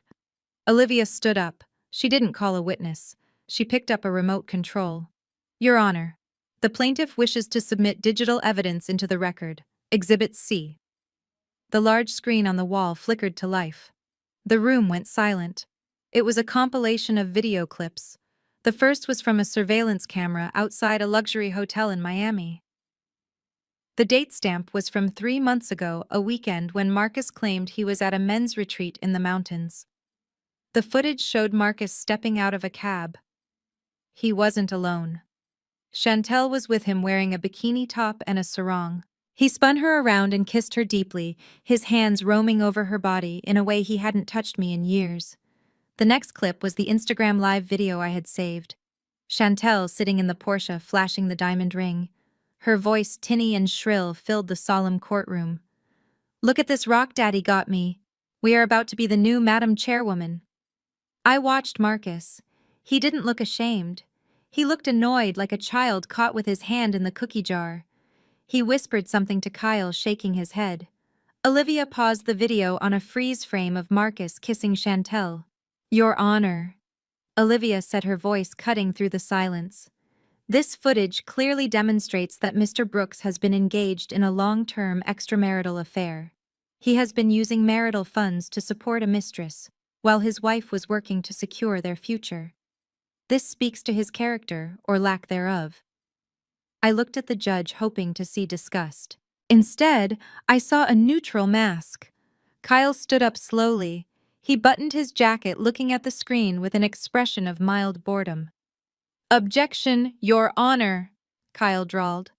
"Relevance." "Relevance," Olivia shot back. "It goes to the dissipation of assets."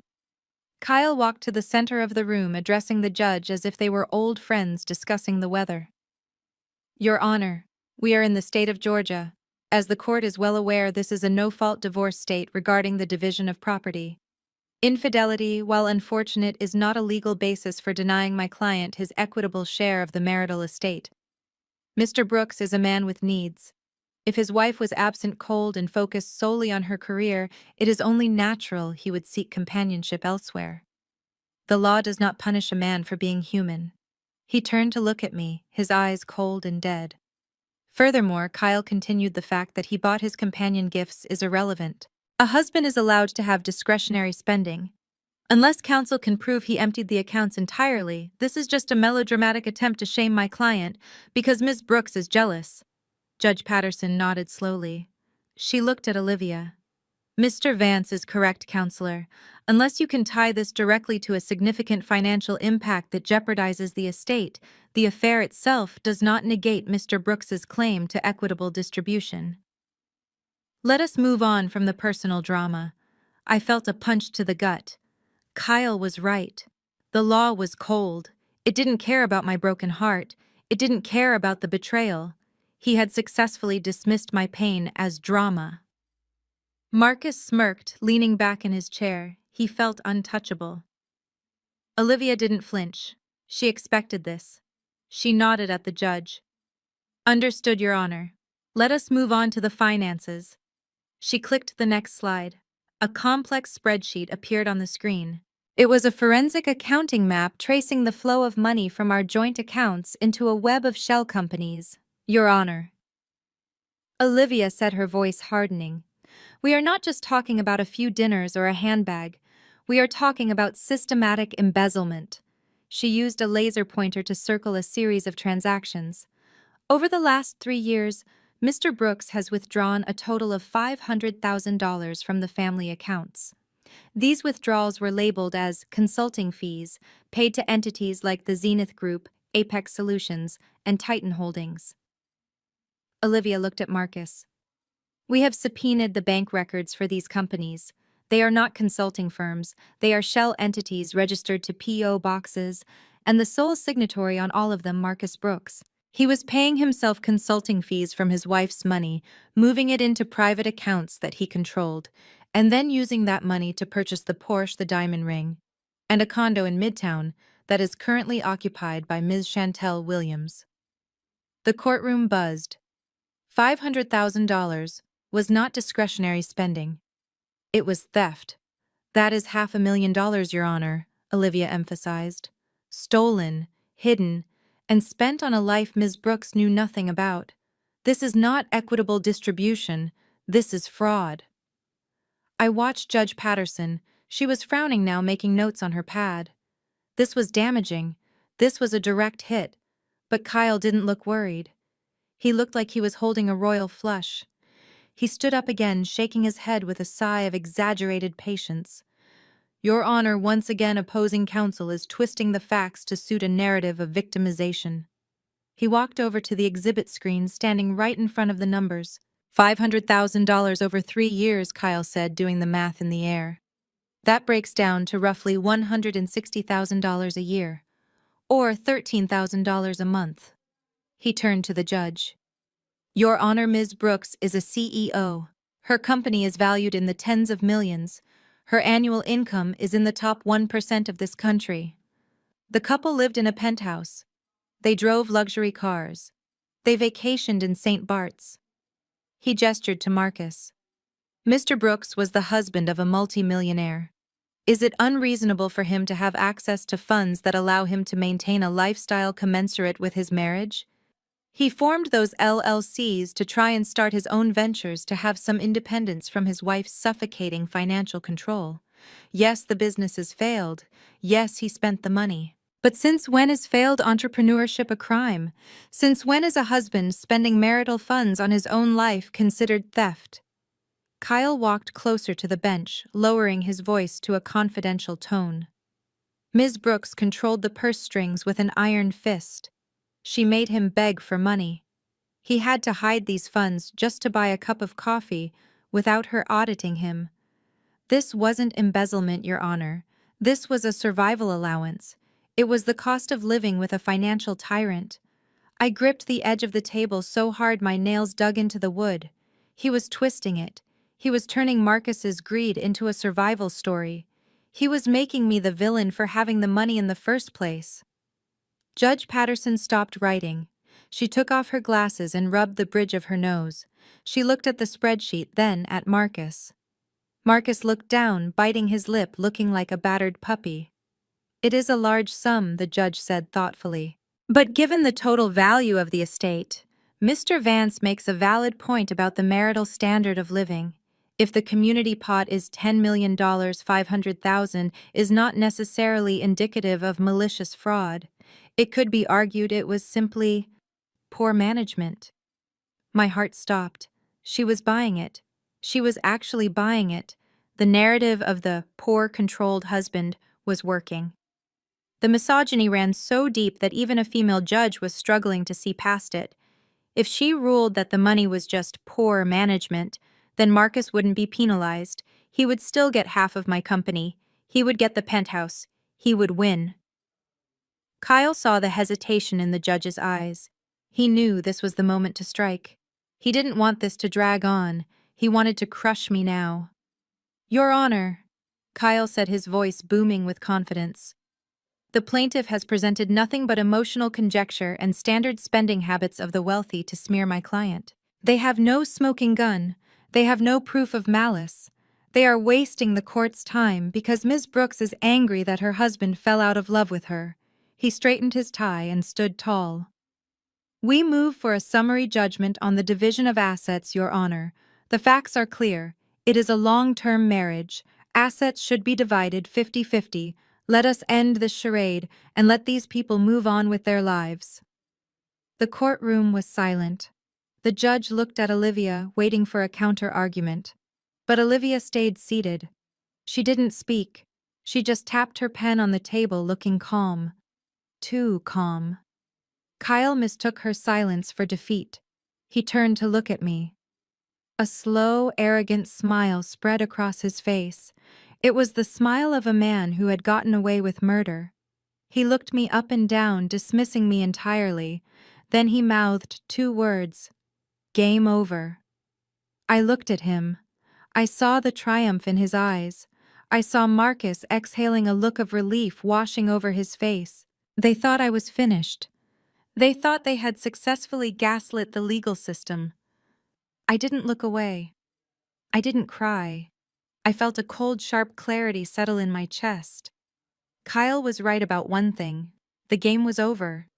But he had forgotten that you can't win the game if you aren't even playing on the right board. I looked at Olivia and gave a barely perceptible nod. Olivia stood up.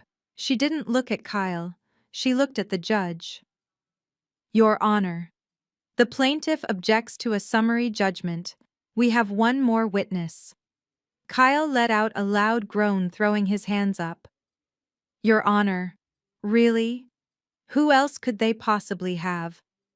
The housekeeper, the gardener, This is a stalling tactic.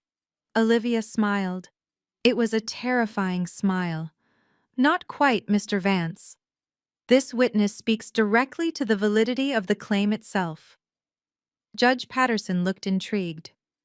Call your witness, counselor. Olivia turned toward the heavy double doors at the back of the courtroom. The plaintiff calls Ms. Hattie Mae Jenkins to the stand. Kyle froze. The name hung in the air like smoke. I watched his brain work trying to place the name. He knew it. He knew it from the deed transfer 3 years ago. But he couldn't believe it. He thought she was a senile old woman rotting in a shack in Alabama. Marcus frowned. Hattie, he whispered. The doors opened. The sound of heavy footsteps echoed on the floorboards. Kyle's face went from arrogant to confused, and then as the figure stepped into the light to a shade of pale that matched the court documents, he looked at me. I wasn't looking at the witness. I was looking at him. And I mouthed back, checkmate. The double doors at the back of the courtroom swung open with a heavy, deliberate creak that seemed to echo through the silent room. Every head turned. The bailiff stood aside, and walking through the frame was Hattie Mae Jenkins. She was not the frail, confused woman Marcus had abandoned in a shack. She was wearing a navy blue Sunday suit with a matching hat that demanded respect. She walked with a cane not out of weakness, but with the rhythm of a matriarch marching into battle. The reaction from the defense table was immediate and violent. Marcus, who had been leaning back with a smirk on his face, sprang to his feet so fast that his heavy oak chair crashed backward onto the floor. The loud clatter sounded like a gunshot in the quiet room. Auntie, he stammered, his voice cracking. Auntie Hattie Kyle, usually the picture of composed arrogance, went rigid. His mouth opened slightly, and the expensive fountain pen he had been twirling slipped from his fingers. It hit the floor and rolled away, forgotten. He stared at Hattie as if he were seeing a ghost. He recognized her instantly. She was the woman he had bullied into signing away her family land. He thought she was illiterate. He thought she was powerless. He certainly never thought she would be walking down the center aisle of a superior court in Atlanta, staring him down with eyes full of righteous fire. Order. Judge Patterson shouted, banging her gavel. Mr. Brooks, pick up your chair and sit down immediately. Marcus scrambled to right his chair, his hands shaking. He looked at Kyle for help, but Kyle was staring straight ahead, a bead of sweat tracing a path down his temple. Hattie took the stand. She moved slowly, taking her time adjusting her skirt and placing her purse on the ledge. She placed her hand on the Bible and swore to tell the truth. When she looked up, her gaze didn't waver. She looked straight at Marcus. Ms. Jenkins, Olivia, began, her voice soft but carrying to every corner of the room. Can you please state your relationship to the defendant, Marcus Brooks? Hattie leaned into the microphone. Her voice was raspy but clear. He is my nephew, she said.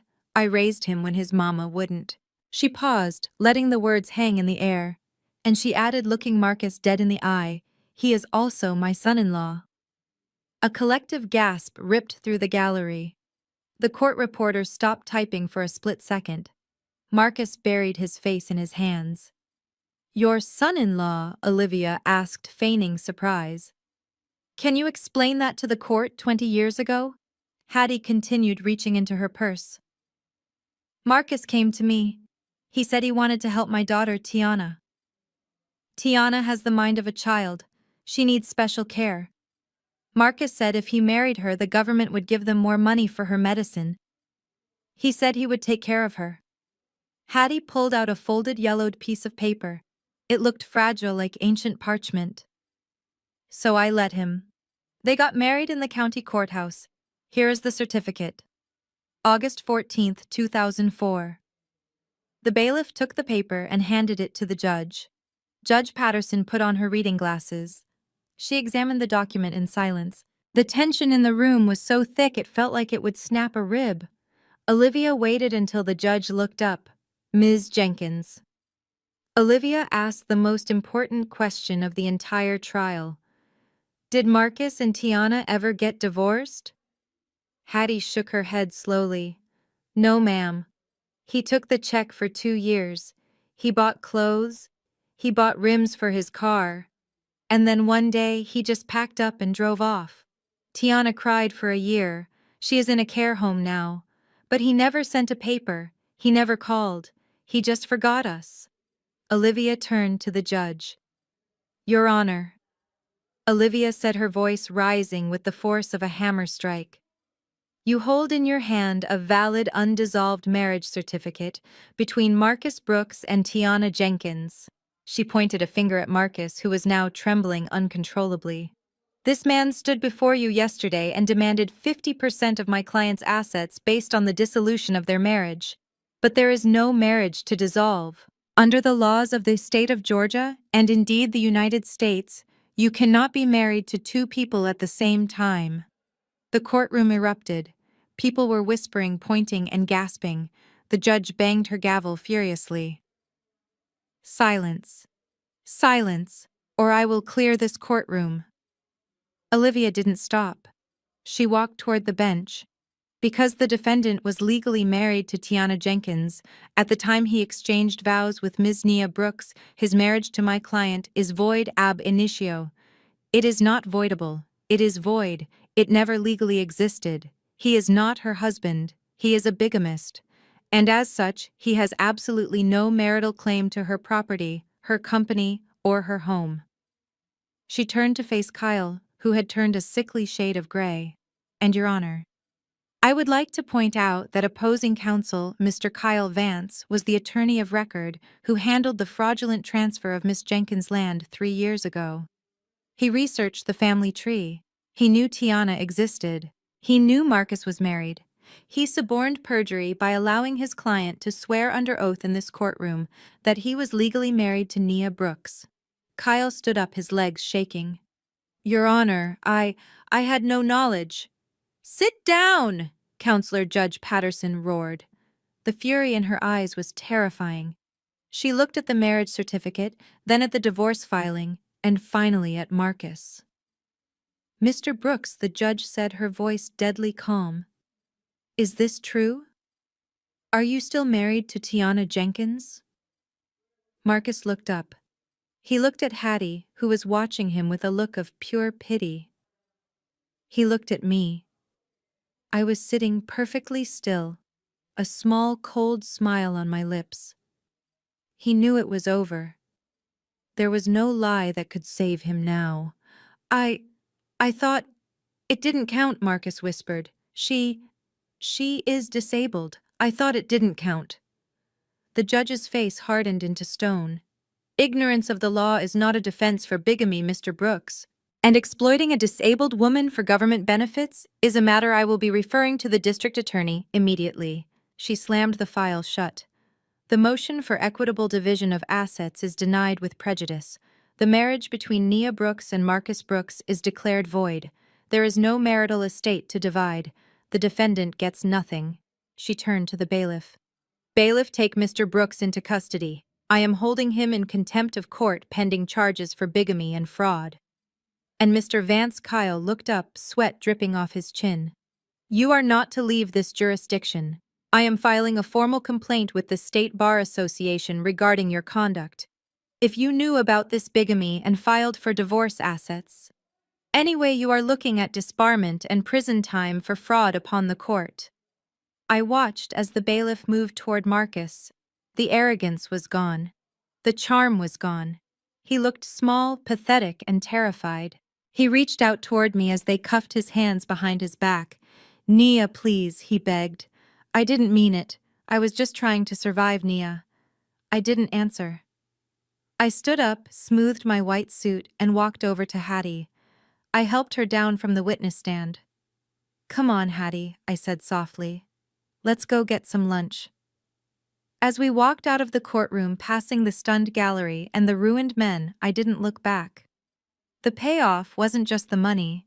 It was the silence.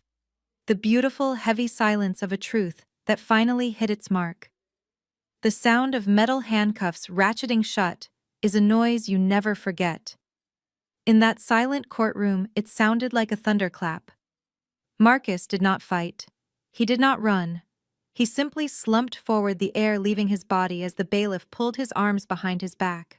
The arrogance that had defined him for 10 years evaporated in an instant, leaving behind only a small, trembling man who finally realized the game was over. He looked at me one last time as they led him away. His eyes were wide and pleading, mouthing my name, but I did not blink. I did not look away.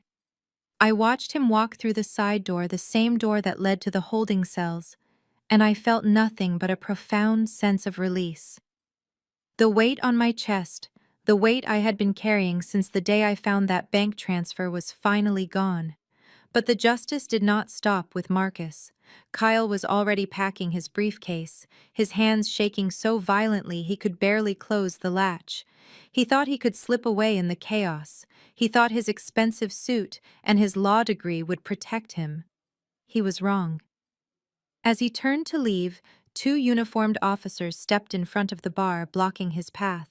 "Mr. Vance," one of them said, his voice carrying over the murmurs of the gallery, "we have a warrant for your arrest regarding the fraudulent transfer of property in Tuscaloosa County and conspiracy to commit elder abuse. Please place your hands behind your back."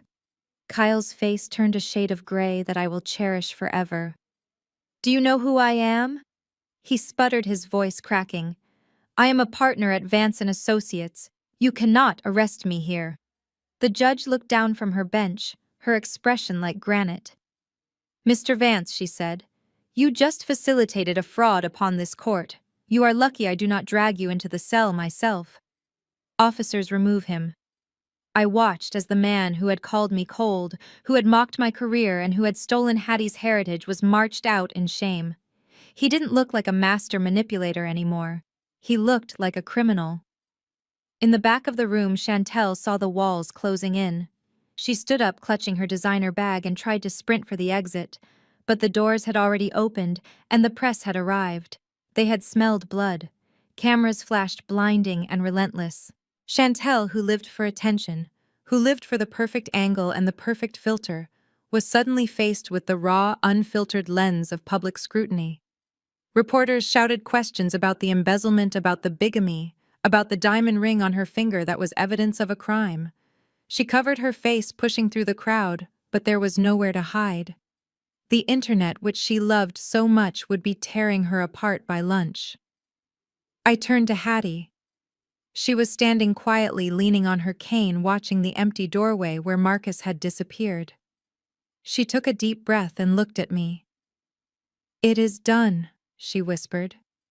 "It is done," I replied. We walked out of the courtroom together, not through the side door, but through the front.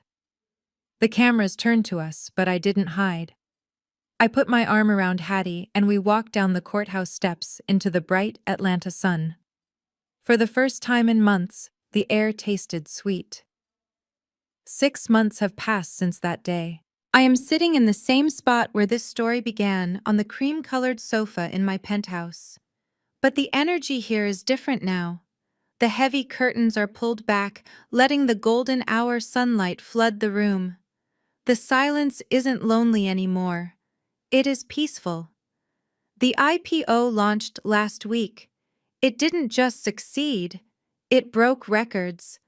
My logistics company is now one of the highest valued firms in the state.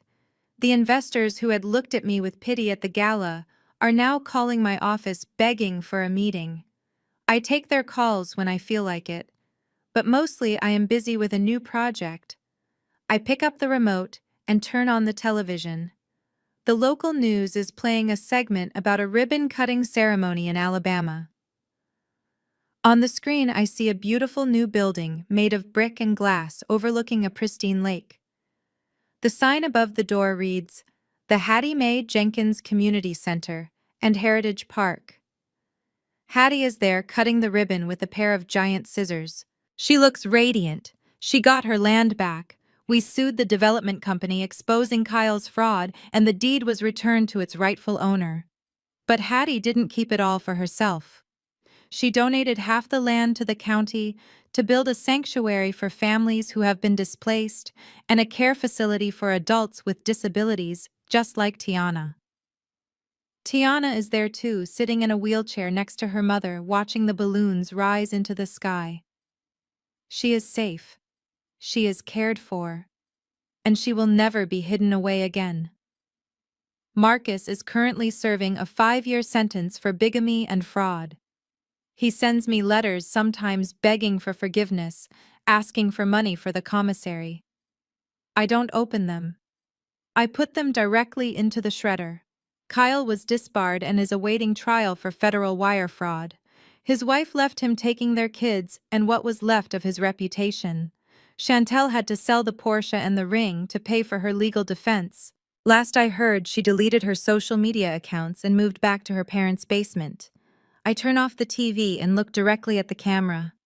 I take a sip of my wine, the same vintage I was drinking the night I decided to fight back. They wanted 50%. That is what Kyle said, remember. He said I should just give up half of my empire because I needed a man to make me whole. He said I was too hard. He said I was too cold. I leaned forward, resting my elbows on my knees. They made the mistake of confusing silence with weakness. They thought that because I loved my husband, I was blind. They thought that because I was a woman in a boardroom, I could be bullied in a courtroom. I smile, and this time it reaches my eyes. They didn't know that the same fire that built this company is the same fire that burns down the weeds. Marcus and Kyle wanted to take what I built. Instead, they reminded me of exactly who I am. I am not half of a couple. I am the whole equation. So to anyone watching this who feels backed into a corner, who feels like the people closest to you are underestimating your worth, let me tell you this. Do not shrink. Do not apologize. And do not give them a single inch. Let them think they have won. Let them get comfortable. And then when they least expect it, show them exactly what you are made of. Because the best revenge isn't anger. It isn't shouting. The best revenge is living your life so successfully, so brilliantly, and so completely that they become nothing more than a footnote in your biography. I raise my glass to the lens.